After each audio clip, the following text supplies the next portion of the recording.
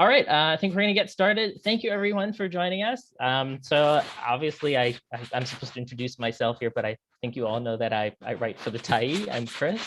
And if you can believe it, it's actually been 2 months since we did our last live event when we launched the newsletter, and now we're wrapping it up. So thank you so much for reading along. We've got over 5,000 subscribers, which we did not expect. Really appreciate that. And we also hear from about up to 55 people per week. So I'm still doing my best to get through all the emails, but do keep it coming. And thank you so much for joining us today too. So I'm obviously not alone. We have a special guest here with me, and we thought it'd be boring if you were just to hear from me again. And I was like, oh, who should we have who also writes about race and representation? Like, who else is in my cohort who's figuring this stuff out? And also somebody who works with newsletters as well. So obviously that's just one person. So I'm really excited to welcome Simran Singh here, managing editor of the Burnaby Beacon. Hi, Simran. Thanks so much for joining us today. Oh no, is Simran frozen? Hello, sorry. Can you hear me, Chris? Yes, I can hear you. Thanks so much for joining us today. Oh, I'm so sorry. I had a little bit of a Wi-Fi blip there, so I hope it doesn't happen again. Sorry, you might just have to repeat what you just said. It's all good. We're just welcoming you right now, and thanking you for joining us. Oh no, have we lost Simran?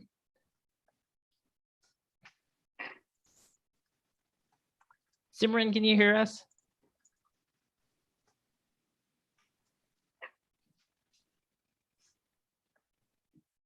Okay, I think you're back. Okay, sorry. This wasn't happening before, but can you hear me? Good? Yes, this is perfect. Okay. This was not happening during our test period, so my apologies, everyone. But I suppose that, should I introduce myself now? Yeah, Okay. So we've got, where are you from? Where do you work? Yeah, so I'm very grateful to be able to work and live on the ancestral and unceded homelands of the Coquitlam and Squamish-speaking peoples. As Chris may have mentioned there during my Wi-Fi blip, I'm the managing editor of the Burnaby Beacon newsletter, independent news serving Burnaby. It's a new venture and it has been great. We tell all types of stories about the diversity and community that we have in the city of ours. So I'm so happy to be here today with Chris. Great. And Simran, you were behind me at school by 1 year, also at UBC's journalism school. Yeah. Previously worked at the Daily Hive as the city editor in Vancouver. And that's where I read almost all your pieces and stole a lot of ideas as well. Well, it's funny, Chris, because we've actually like crossed paths. I didn't know that we were so close in school, and you were only a year ahead of me. And yeah, now we're here. This is great. And I know this might be a bit early for a tea time for Pacific time, but we've got a lot of people joining us from different time zones. So thank you for that. And it's never too early for a cup of tea, really, even though I confessed I was drinking water. Just a moment earlier. Yeah, me too. I'm so sorry, everyone. We're scam artists. And I'm joining from Vancouver, which is on the unceded territory of the Musqueam, Squamish, and Tsleil-Waututh nations. And speaking of Vancouver, Burnaby, and unceded territory, if you're familiar with Kingsway in Vancouver and Burnaby, the Burnaby Beacon has a really great feature. That was one of my favorite things that I read this year, called Kingsway Before the Kings. So make sure you check that one out. Yeah, it's a good story. So what are we going to do today? Simran and I are going to do our own Q&A for the first half hour. And then for audience questions, there's a box, I think it should be right below me right now, where you can submit whatever you want to ask us. I will do our best to go through them. And we'll start now. So first thing I wanted to ask you, Simran, so you grew up in Burnaby. And when you were growing up, how did people talk about race and talk about culture and all of that stuff? Yeah, Chris, I think maybe you can kind of relate to this, but being a kid in high school during like the late 2000s or whatever, or the early 2010s, I think a lot of how I started picking up on race was in high school and noticing that I didn't fit in with that quintessential group of brown kids. Like, I don't know why. And I always had a trouble finding my place, especially in my teens, as to who I was. And I think a lot of it had to deal with some internalized racism and not feeling good about my own culture and background towards myself. Like I was a little bit embarrassed to be Punjabi and, to be different or have parents who spoke a different language in public or, have grandparents who spoke a different language. And I think it was because maybe I went to a whiter elementary school or I just never found my group. And I really struggled with my identity and kind of tried to push it away.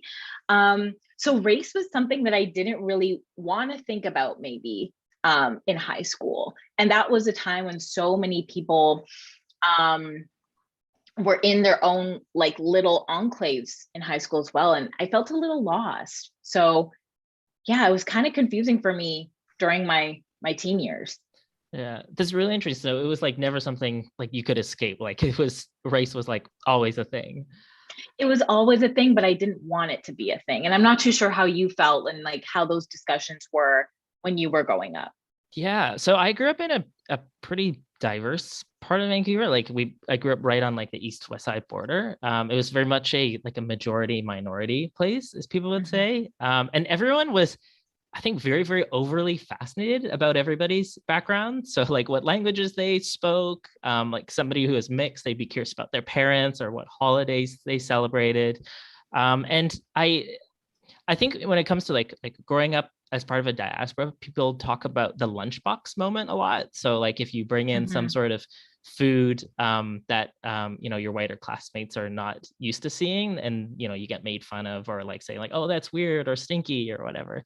But we never really had that, like being in a majority minority place. And instead people would be really excited about what like snacks or foods that other people brought in. So it's like, oh, like you have like seaweed snacks, or like, oh, you have like fruit leather or pocky. So diversity was like this, I don't know, not I don't know if it's like a commodity, but something people were really like interested in. And that would continue to high school too with other cultural things like, oh, like you're Korean, like I'm really into K-pop, or like, oh, you're Indian, like I really am into like Bhangra. But then there's like a darker side to that too. Like if your English had like, had some sort of accent, like that was made fun of. Or if somebody's parents were like too strict, you'd be called like, oh, that's so Asian of your parents. Like too strict, so you'd be called, there was like this weird sense of like so Asian, like a good side to it, like a bad side to it. Yeah, there was like this weird sense of tying identity, good side to it, like a bad side to it. Yeah, there was like this weird sense of tying identity, good side to it, like a bad side. Yeah, and it was cool because I did go to a very diverse high school. Yeah, and it pointed out because I existed as well. Like there was and it pointed out because I existed as well. Like there was, but yeah, and it pointed out we grow existed where I fall. And I don't think I embarked on that journey until a little bit later in life. I'm still kind of figuring it out later, but I'm still kind of more figuring it out later, but I'm still kind of more figuring it out later, but I'm still kind of more. So Chris, I want to know the big question. Yeah. So Chris, you're so talented and wonderful, but how did you become a journalist? So Chris, you're so talented and wonderful, but how did you become a journalist? I'm just here to give you praise. No, I'm just kidding. But no, how did you become a journalist? I'm just here to give you praise. No, I'm just kidding. But no, how did to get into this field? I'm just here to give you praise. No, I'm just kidding. But no, how did so I never really read the news. I'm just here to give you praise. My dad was. So I never really read the news. I'm just growing up. Like my dad was. So I never read a really long time, but I just felt like it was like so I then now like what I just felt like it was like, oh well, this is like this is so then now like what I just felt like oh well, this is like this is so then now like and this is so yeah, I now like and that I'm familiar with, like I will never see them like and that I'm if you live in Vancouver, I see them at diversity that's around you. But that wasn't something that I saw like reflected in a lot of coverage. And so yeah, at first I was like, oh, well, maybe like the places that I visit or the places that I go to aren't important. But then later on, I'm like, oh, well, maybe that isn't the case. Like maybe it's just that it doesn't get covered. And then you would see, certain neighborhoods, I kept making fun of Mount Pleasant in the newsletter, but like hipper places like that, like somebody sneezes and it's something that ends up in the news. But if something happens like, on the east or south side of like Vancouver or in another city, even if it's something big like this block is being destroyed, it just wasn't picked up on. So I think cluing into that kind of inequality of what gets covered and what gets represented made me really want to be like, oh, well, the people that I see, the places that I go to, like, I really want to see that in the news. Yeah, I totally get that. And I think I can kind of I can relate to that as well as a familiar feeling. I think our job is to answer questions, but when you're a racialized journalist and you begin to see things differently, and you begin to see gaps in the regular mainstream news coverage. And it's cool that your work is able to fill those gaps, and I think you did so much of that with the newsletter too. Thanks. Well, same with you. I mean, even being in Burnaby, I think people, we mentioned Burnaby in the newsletter too. Like, people might dismiss it as like, oh, this is a suburb, it's sleepy, there's nothing there except the mall, but not really realize like, oh, well, what is the life that happens in this city?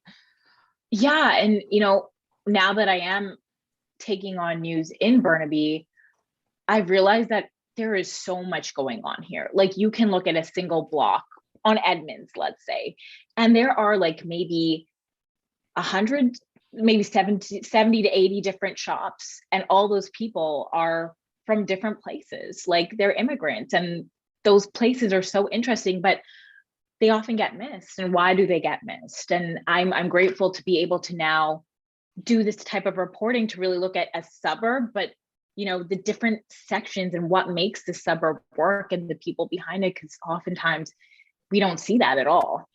Yeah. Edmonds is great. Everybody should go eat on Edmonds and check it out. Lots of good restaurants, guys. Plugging for Edmonds. All right, my turn for a question now. So this is a question about the white gaze, and I thought we should probably define what I mean when I'm talking about the white gaze. Because at the beginning, when we announced this newsletter, it has such a provocative title, and people are like, oh, are you saying that like any story written by a white person is like an evil story and that they shouldn't be allowed to write it? That is not the case. When we're talking about what it means to have a gaze like this, a white gaze, like we're talking about some kind of power dynamic, like when it comes to representation. So like anybody can take on the white gaze. I've taken on the white gaze in my reporting before, and I've broken out into three things. So there's the author who's doing the journalism. There's the audience who's being catered to. There's the actors who's written about and how they're being written about. So if you have like a food writer who's used to, maybe they're writing about Edmonds and writing about a pho place for like a wider audience, they might talk about Vietnamese food as like exotic, or it's an adventure to try this stuff. So anyway, my question is like, have you ever taken on the white gaze in your reporting and what that's been like?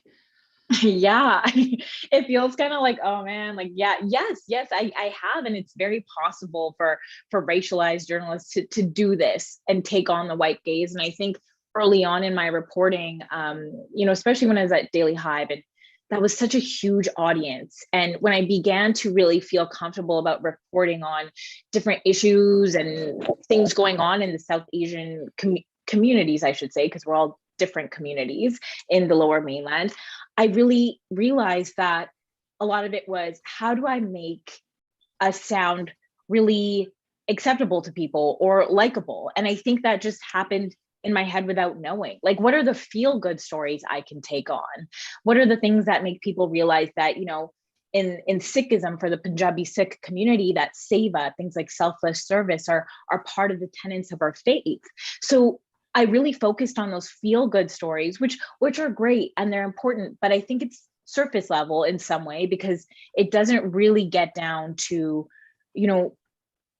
kind of the nitty gritty of what makes communities work, or what's behind them, or why a certain thing is happening within that community.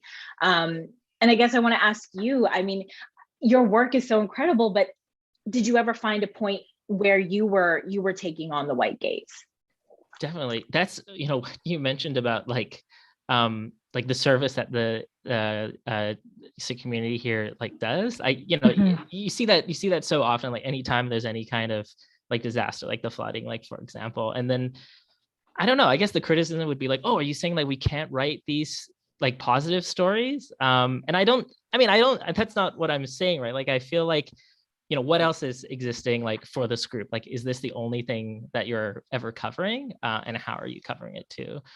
So for me, I've done it a lot, like in terms of like the content, like describing a place as like, it's like, oh, nothing used to happen here. And then now like there's like this new thing, but ignoring like who actually used to live there. And I think with any kind of perspective that a journalist comes from, there are places that they're going to leave out. So that might be people groups, that might be culture, like that might be like a place. Like if I'm living in Vancouver and I'm, covering something in Burnaby, for example, that I don't know about, I'm gonna have like that outsider view too. So that's really hard. I think checking our perspective is something we always should be doing. But I also wonder too, like I mentioned this in like one of the issues about how I think we always do have to kind of consider the white gaze sometimes, sadly, like maybe not overly catering to it, but the fact that like if we're writing to a mass audience, is there some kind of bridging that we have to do so that people understand what we're talking about, but not to do too much hand holding at the same time. I don't know what you think about that.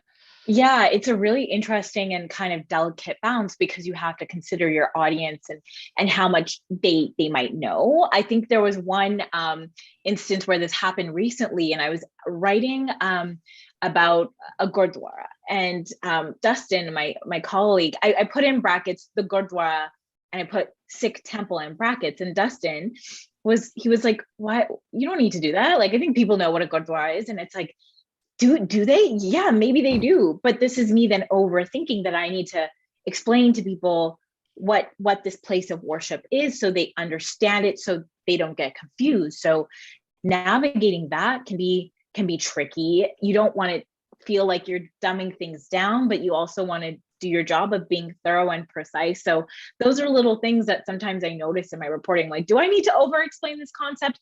How much work does the audience need to do to just simply search that up or figure it out? Because we're in the space where, we can Google things now and learn about them at our own fingertips. Yeah, right? Like, what a concept. There was somebody wrote into me about something I hadn't heard about, but the concept was the explanatory comma, and it's like having like the Gurura comma or like brackets, like Sikh temple. And it was from a podcast where they had talked about Tupac without explaining who he was, and then everyone was very confused.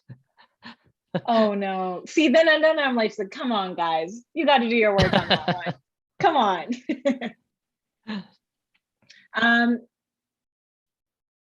Sorry, I know we have a list of questions, and I just got a little bit bamboozled as usual. Shocked by the confusion around Tupac. Yeah, I wanted to know though, Chris, like, what it's like being a journalist of color.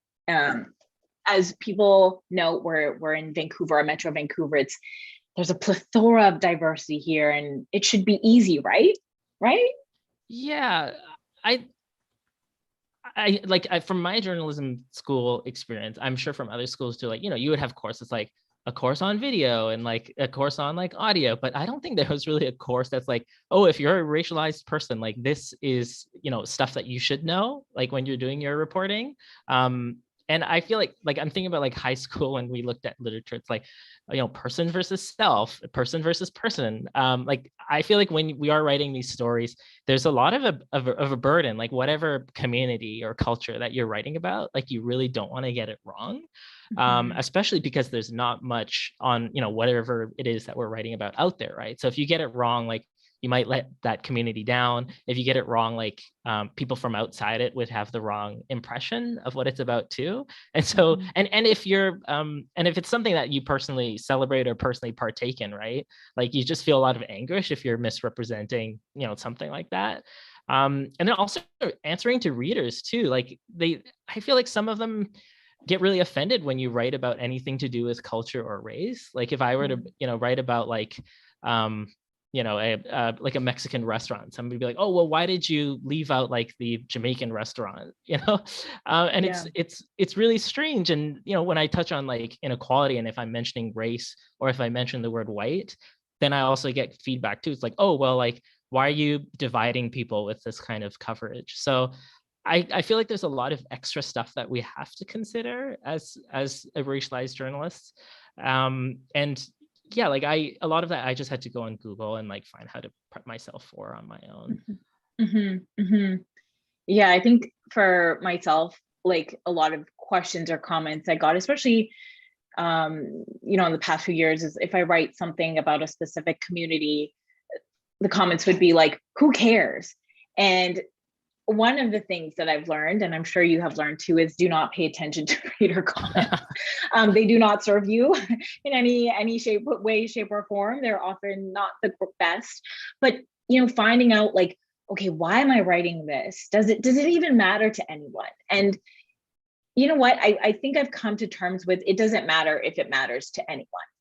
If it reaches, 3 people and it matters to them, and this story means something to them, or they learned something, or they were able to, identify with that narrative, then that's all you need to do. And I'm trying to think of my role as maybe a journalist of color as I don't need to please everyone. I just need to do work that is hopefully meaningful and it will reach the right people or audience. And as long as it does that, then I feel good about my work.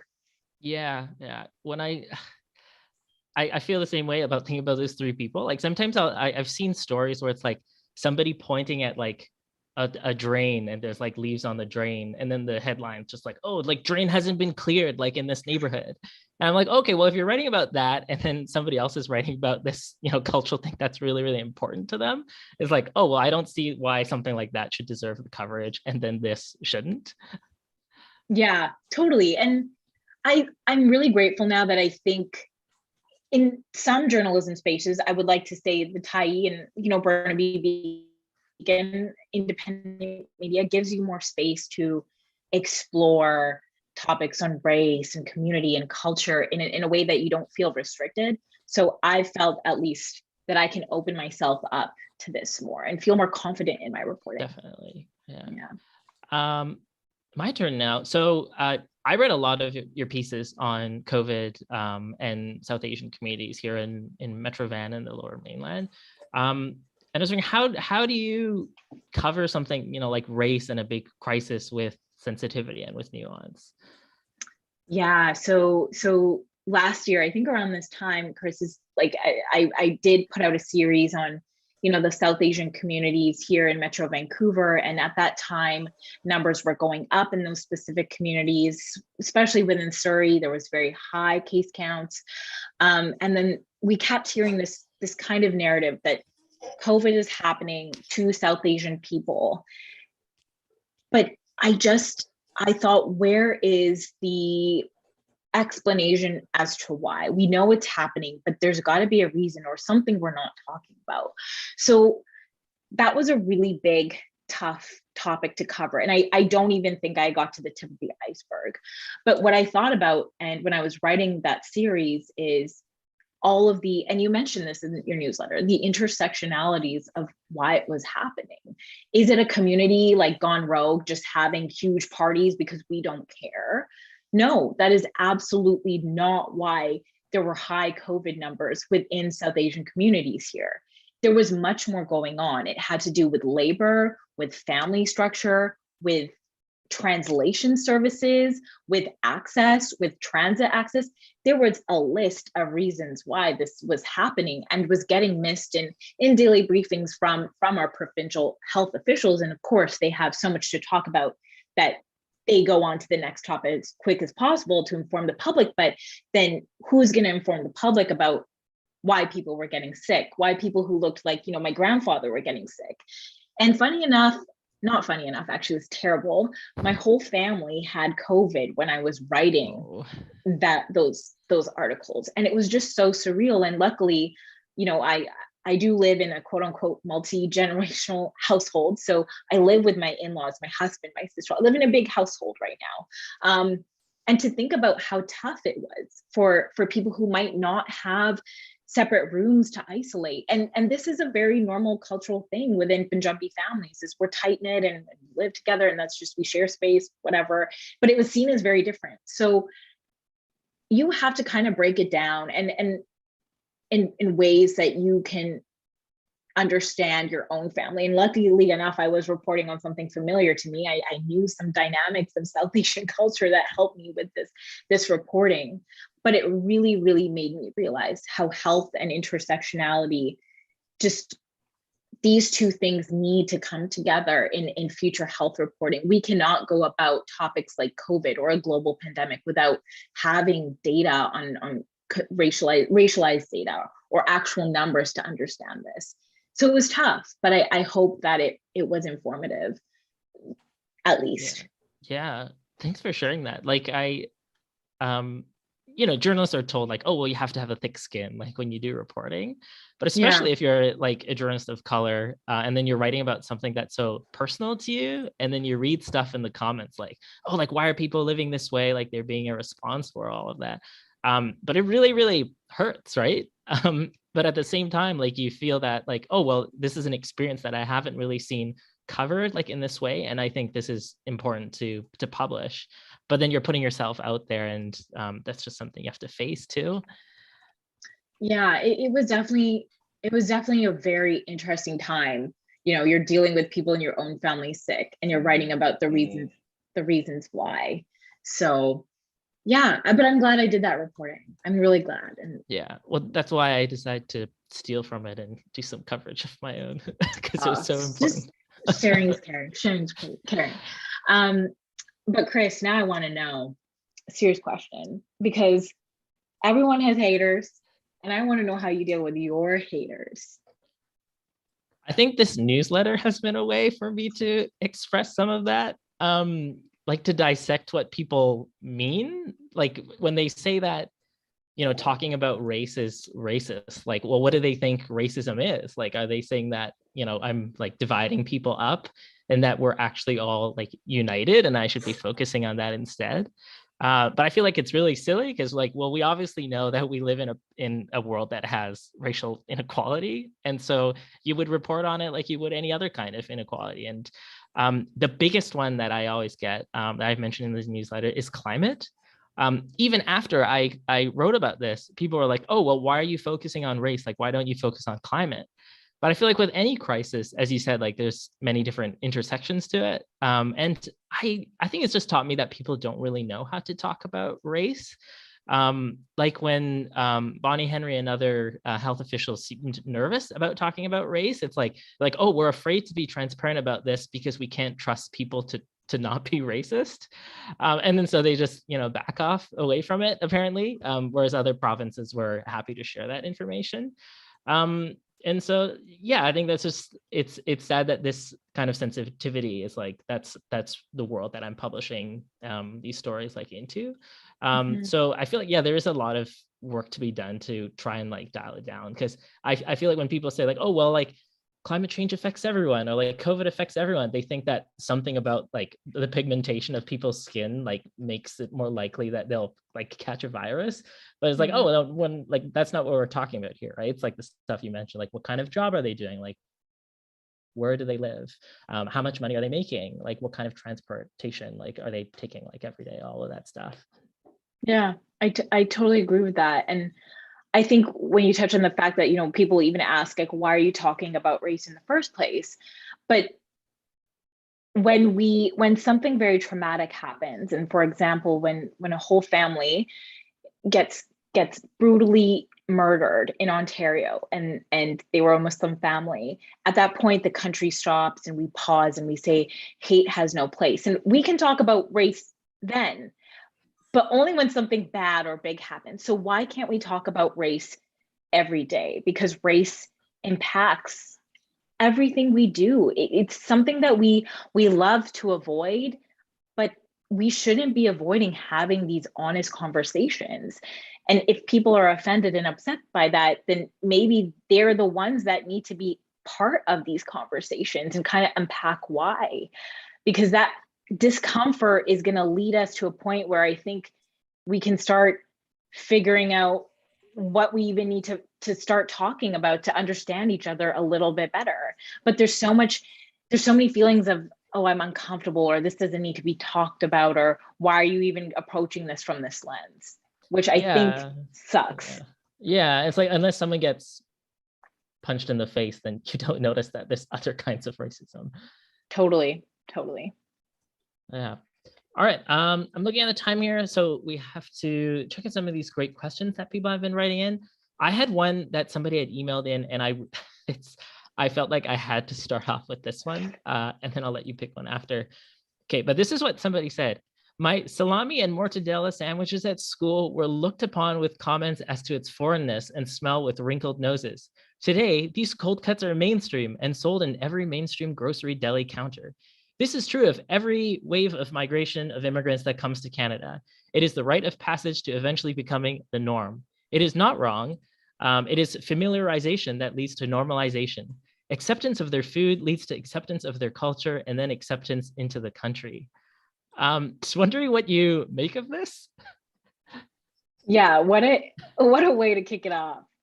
It's interesting that this idea of acceptance. Well, we just need to, some sorry for the swearing, some shitty stuff needs to happen, but then you'll be accepted and it'll be fine. Like, why is there this idea that we need some sort of hazing before things get accepted? Why is that the thought process? That, you know what, like, yeah, kids made fun of me, but it's fine now. I think that's a really damaging and maybe not the best way to go about thinking about things, because when you think about it on the personal level, and just a personal anecdote here, my mom went to school like in Vancouver Island during like the 60s and 70s, and when people made fun of her food, like it emotionally scarred her to the point where I think she still has like PTSD and some severe mental trauma from the way that people treated her differently. Like, this isn't just stuff that we can be like, yeah, it's fine, people are going to accept you. Like, this has real human trauma. And yeah, I feel very passionately that thought process is wrong. Why are some totally people go ahead, please go ahead. Yeah. Well, it's like, what, as you said, hazing is a good word to describe it, but it's like, why is this something that's normal, and like, why is it something that's accepted? And I also was like, just because I had an issue on food, it's like, why is the acceptance of food or any kind of culture like dependent on what the mass audience, which is usually a white audience, likes, right? It's just like, oh, well, if they say that this is what's ready to be like put in the mainstream grocery store, then that's what gets to be accepted. But what about like all of the other food or all of the other like behavior or culture that people have that doesn't get accepted, right? Like, it's not like there's like this linear thing of like, oh, you slowly get assimilated like over time. It's like, it's usually by some kind of choice. There's usually some kind of inequality to it. Yeah, most definitely. I think that whole lunchbox narrative is continuing on, and it's so interesting to see how it evolves and what people think about it. But I would like to disagree there. But how about we choose another reader question? Yeah, do you want to pick one? Sure. I see one from Regina Jonker. I think that's pronounced correctly. Sorry if I mispronounced your last name there, but it says, she said, do you see the possibility of the concept of journalism through the white gaze being addressed in journalism programs / professional spaces? It's one thing to educate the public, but what about journalists as a group? In other words, the system. Oh, sorry, my dog. Oh, that's so I guess I have to take this one. Please do. I think the first thing is admitting that this exists. Like, I think even in our profession, like, think about journalistic objectivity, right? Like, we don't usually think that like, our point of view is going to impact like whatever we write about. But like the kinds of stories that we choose, how we describe like a people, a place, or a culture, all of that gets baked into it. And I just remember at the beginning of COVID, it wasn't even in the article, but it was in the photos that would be chosen to accompany pieces on the coronavirus. It was like telephoto shots of East Asian looking people at the airport, and then being paired with these pieces. And so it's like, oh, well, like, what are you trying to say over here? Like with this, yeah, it's like a photograph, but this was obviously chosen with some kind of intent. So I think, yeah, recognizing that like we all do come from some place, like it's very hard to be like purely absolutely objective. That's like the first thing. Yeah, I mean that's why I wrote this newsletter, and there's a lot more conversation to be had. So I would hope that there's much more interest in this, especially in a place like Canada, where a lot of people use that as an excuse to say like, oh, well, but we're multicultural. Like we don't, like we're not like the US, we're better than the US and we don't need to talk about these things. Sorry, my little puppy is having a breakdown. So he's in the room with me. Very I'm so sorry. typical of Zoom. But I think we were talking about this before, Chris, just the idea that we do need to have these discussions in journalism schools. We do need to start really seriously breaking down these topics so that we can have honest conversations. And I think you mentioned this, we didn't have these chats or even really touch upon race and the white gaze in journalism school at all. I think there was some discussion about how we report fairly on race, or, you know, they go through kind of the motions. And not to say that professors didn't try, it's just you need to learn so much to become a journalist. So where do we make space for this? But I really, really strongly think that we need to start, I think your newsletter could be a course. I think this needs to be like an actual taught course, and we need to start thinking about this more seriously. I've chosen the right guest to hype up myself. I was not paid to hype up. I was not paid to hype up. I'm being honest. Well, there's talking about schools, like not to hate on stuff like VR or like drones and all that, but I felt like there was such like a preoccupation with, you know, cutting edge tech versus new ways to tell stories that we weren't considering. So I feel like, you know, that's more or equally or more important than, you know, being able to like fly a drone over Abbotsford or something. Yeah, most definitely. Or like how to tweet properly. And it's like, we got to think more critically here, people. Yeah. Okay, let me take a look here. This is another great one that I had that somebody sent in by email. So they said that in a recent New Yorker short story by, I guess this is Gish Jen, a Chinese woman living in New York says to her son, "We're not people of color, we're rich." They're very provocative. What do you think? It's so interesting how this idea of success in I think for older immigrant generations, maybe our parents and grandparents, this idea that if we work hard and we have a certain amount of money or things to show that we worked hard for what we have, this concept of race gets kind of taken out by what we've achieved.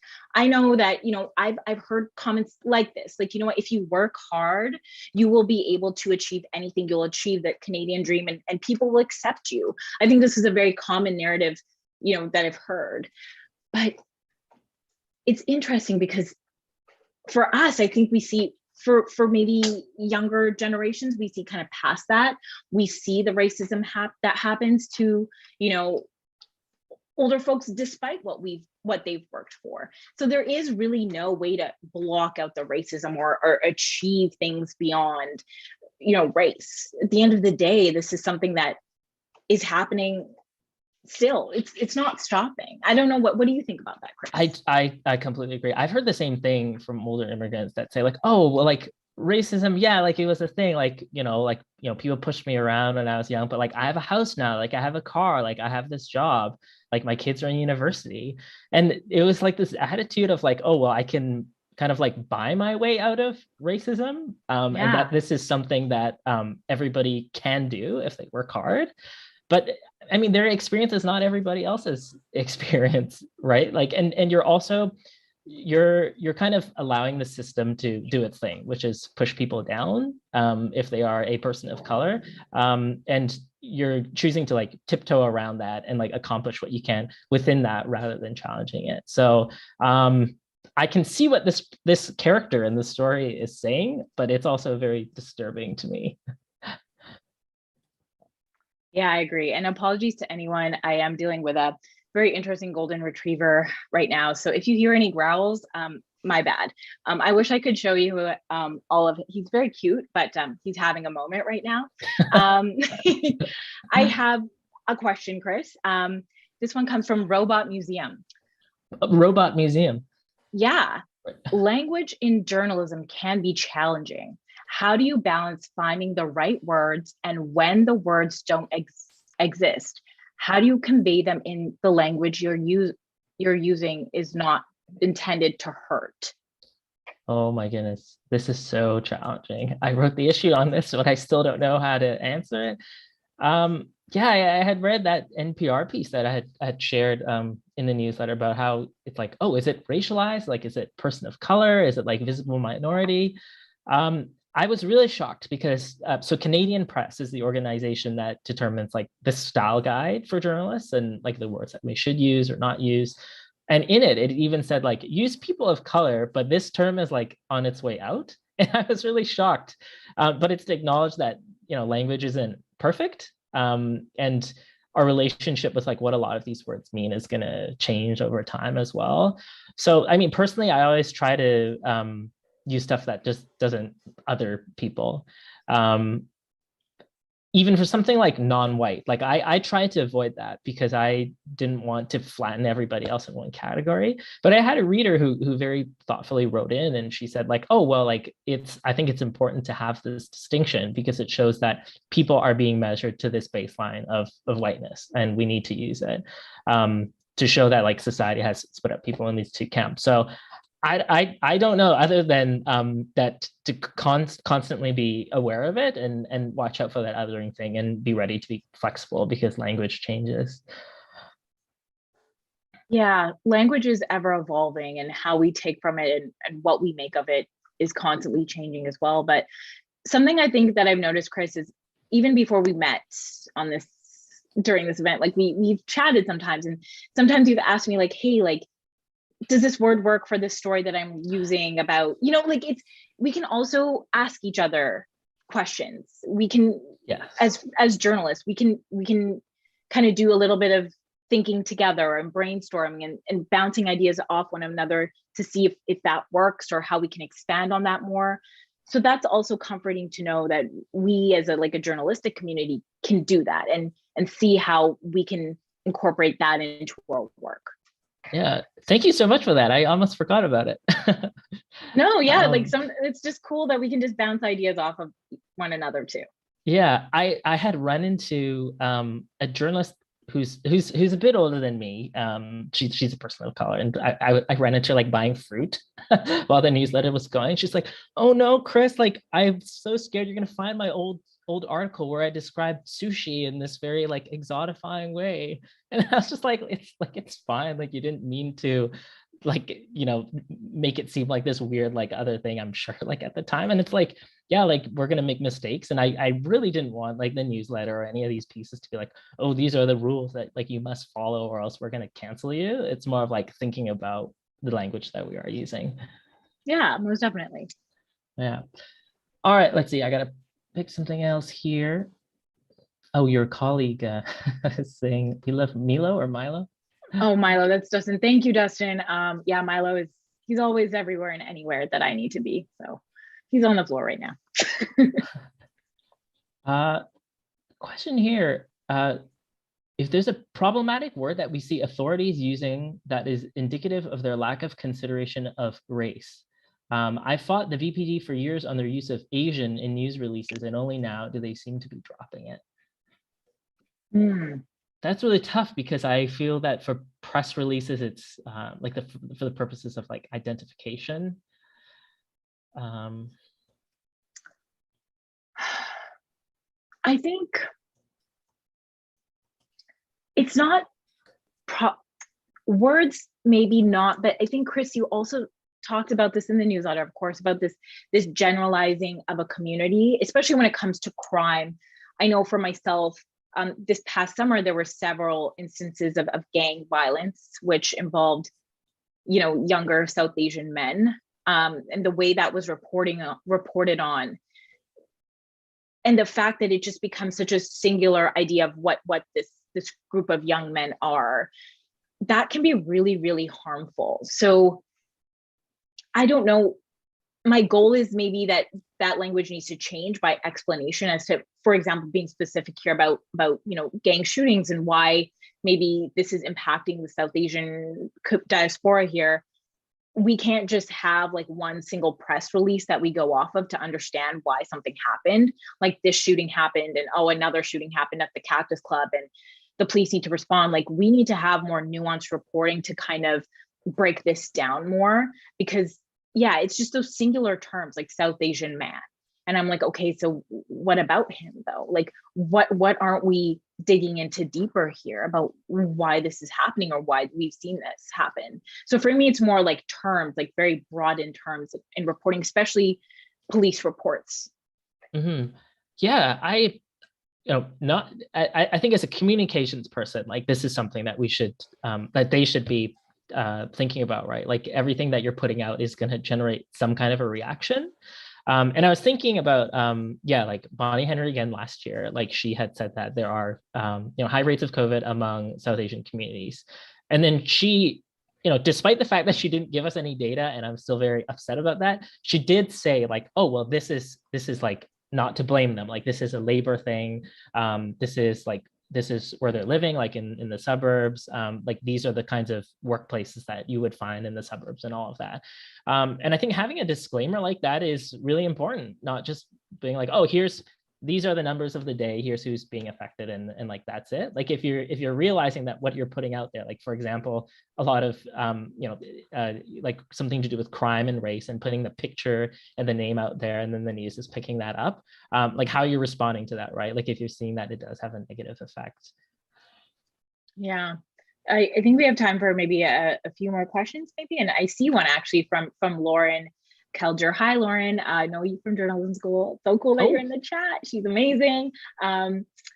What's your process for determining what stories need to be told? And actually, Chris, this is a great question for you because I'm so interested in knowing how, like, where do you come up with your ideas, and then how do you prioritize those ideas? I think it's just stuff that isn't covered. Like a lot of the time I'm writing something that I think was really important to like some community like years ago, but nobody ever touched on. Like I wrote a piece on Crystal Mall. Crystal Mall is like 21 years old. There's some coverage about it in the beginning, like from like a development standpoint. It's like, oh yeah, we're having a new mall in Burnaby, but that was it. And so it's like, oh well, if I'm talking about like what this place like means to the community, this is something that could have been written about like a decade ago. And so yeah, a lot of the places that I drive by, I'm like, oh, this has been here forever, like how come this hasn't been covered? Or being from a community, it's like, people are like, oh well, you're biased, like you're writing about like Chinese stuff, or but it's like, oh well, nobody else has covered this yet. This is an experience a lot of people have, so it's like, why not write about it? So for me, it's just like going around town, like living my life and seeing what gaps there are, and filling those gaps. That's the main way that I come up with stories. And I feel like every journalist, has their own version of what Vancouver is, what Metro Van is, that's going to be different from mine. And I would hope that they draw on whatever experience they have to do a kind of journalism that only they can do. Yeah, and it's so funny because I remember I was told, I can't remember who said this to me, but it was really something that I've taken with me about the process of journalism.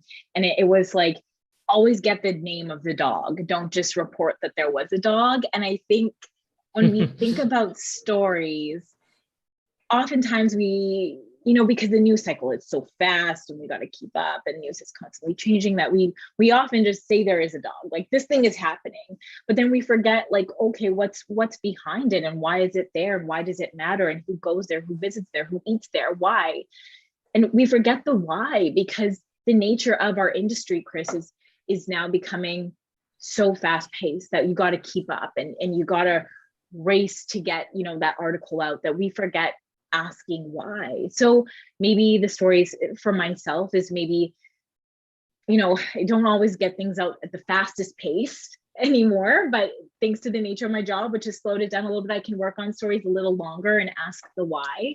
I can't even handle daily, so kudos to you. Everything is moving so fast at all times, but yeah. Oh, sorry, there's one thing I want to say. Always name the dog. I used to think that was the cutest thing, because it's like, oh wow, this is so literary, like we're gonna have a bit of personality in like this person's dog. But it's like there's stories where people of color won't even be named, yeah, in a piece, and then they're the focus of the piece, and I'm like, are you saying that you're going to name this dog but you're not going to name this person, or even find a source to talk about whatever it is you're reporting about? Yeah, lots of missing gaps there, and prioritizing stories by the why. I think there's so many whys. Yeah. I guess we should pick one more question. I remember you had one, right? Like going beyond beautiful Canada and model minority stories. Oh, how to go beyond beautiful Canada and model minority stories. Yeah, I think we should both answer that one. That one's really tough. Oh yeah, I know it's tough because I I've fallen trapped to this, like the idea that we do live in this diverse, beautiful place, blah blah blah. You know, that's the narrative. Yeah, We're and if all you challenge it, kind. you hate Canada and you're Yeah, being and unpatriotic. if you disagree, then like why you should be ashamed, and your parents came to this country for what reason? To have an ungrateful child. But I think to go beyond beautiful Canada, I think it's also going back to the why, and really asking people what matters to them. I think it's really easy and great to do stories about why, you know, our communities are beautiful, and those stories are important. Again, they're not bad stories, but asking a little bit deeper of our stories and our understanding of things is something that we can all do better, I think, as journalists. Taking that extra time to maybe see like what gaps am I missing here. And Chris, you gave such a great example about your baklava story and the baklava man, and how you went beyond that. There's this really nice man who's selling sweets on the street. Like that could have been a story, but you were able to go beyond that. And I think we all need to strive to do that in our reporting, because there's so many whys that are not answered. There's so many stories of people that we're not even touching on, or why things are happening, because we're not maybe asking the right questions or framing it the right way. We're just looking at, this is a beautiful Canada story, but what's behind that? And I think that should be our goal, is to challenge ourselves in that way. Yeah, that the story you mentioned, the baklava story, I feel like that really changed me, because I worried about exactly what you mentioned. So for people who aren't familiar with the story, this was a guy he was a Syrian refugee who was selling baklava on the street, and he turned out to be a Syrian parliamentarian, a former one. And so I totally could have seen a story exactly like that just written, be like, oh wow, like he loves his new home and he's doing something sweet, haha, and he loves Canada, and then just end it there. But I see a lot of pieces like that, right? So it's like, oh well, there's a cute Asian lady who's picking up cans and she's donating all of it, but all of the money, or it's like, well, why are people doing these things? Like, why is this guy like on the street selling stuff as a refugee? Like, what are the supports here? Why is the city giving him such a hard time? Like, why do people who are like poor have to do these things? And instead we focus on like, oh wow, he's selling this thing, or like this person's doing this good deed in the community and they have like this heart of gold. But it's like, what's the bigger picture here, right? And I think us talking about intersectionality, well, what's the class angle here? What's the labor angle here? All of that stuff is really, really important. Yeah, it really is. And maybe sitting with that story for a little longer, or sitting with what we want to write about for a little longer, and being like, have I really asked all the questions here? And there's, as you just mentioned there, with that one story, there were so many questions that you came up with that needed to be answered about why. So, you know, good thing our job is all about the whys. And now we must strive to answer oh no, we all. have to go do it. Yeah, like, oh man, now I gotta write about it. But no, I think the why, we'll leave it there. The why, that's why. Well, think about the why, everybody. So it's 2:01. Thank you for all the great questions. I think we're gonna, someone just said why. We're gonna try to save all of them, and maybe do something with it. First thing, before I talk about all the Tyee stuff, thank you so much, Simran, for joining us. Do check out the Burnaby Beacon. They launched this year. It's great. It's also in a newsletter format, but you can also find stories online. And I know last week we had said that was our last issue, the one yesterday. There's actually one more, which is just reader responses. And there's a lot of great stuff in there. So keep an eye out for that. We're still reporting. It's not like I'm giving up now, like after I've done this project. So if you do want to follow along with what we have in the Tyee, especially, we're still pursuing issues to do with race, and all of that. Do check out all of our other newsletters. I think there's a link in the description of the YouTube. And you'll also have noticed that this is all free. Like the Tyee has no paywall, but it's not free for us. I mean, it's thanks to the financial support from our readers that we can make all of the journalism accessible to everybody. So if you do want to chip in and join us as a monthly donor, like I promise you, you will wake up every morning and feel like a better person. You will have an extra spring in your step, like when you walk around. So that's also in the description. I don't know why there's laughter coming out from above, but this is all true. And that's it. Thank you so much for the conversation, Simran. This was a lot of fun. Like we should do this again. Yeah, this was awesome. Thank you so much for having me, Chris. It's been a real honor because I'm not paid to say this, but I really do admire you and your work and the work that the Tyee does. And thank you to everyone for tuning in. Sorry about my Wi-Fi problems and my dog, but he's cute. You have to show us the dog next time. This is yeah, people probably don't believe I have a dog, but he's down here just gnawing away. Just have a Roomba down there. Yeah, but thank you so much. This was such a great conversation. Right. Well, we'll be chasing the why later on, so lots more journalism to do. Yes. And hope to hear from everybody in the new year as well. Yeah. Take care. Great. Thanks, everyone. Thanks, Simran. And thank you to our tech people, Em and Jacob. Yeah, thank you so much. Chris and I, we don't even know what Zoom is, so thank you. I've never used Zoom. I've never done a Zoom, so thank you. Thanks.